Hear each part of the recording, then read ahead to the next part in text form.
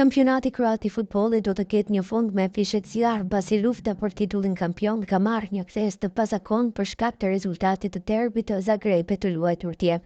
Lokomotiva e Zagrebit, në radhët e së cilës aktivizohet titullar mes fushori kombëtare Sveta Fetaj, ka ndalur në barazim 1-1 Dinamo në Zagrebit pretendente, edhe pse mbylli ndeshjen me 10 ujtar.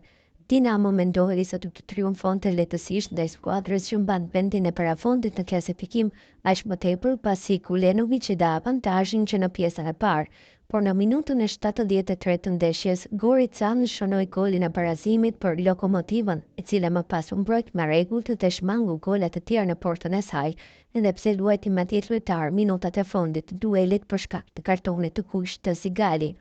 Me barazimin 1-1, Dinamo Zagrebit arriti më pikë Rijekën në vendin të parë, e cila luan nesër ndaj Hajdukut të Splitit në transfert. Nëse Rijeka fiton titulli kampion do të ishte thuajse i sigurt për të, pasi ka mbetur vetëm java e fundit për të luajtur, por çdo rezultat tjetër do të mbante garën plotësisht të hapur, sidomos nëse fiton Hajduku, duke ngushtuar në 2 pikë distancën me 2 ekipet e kreut.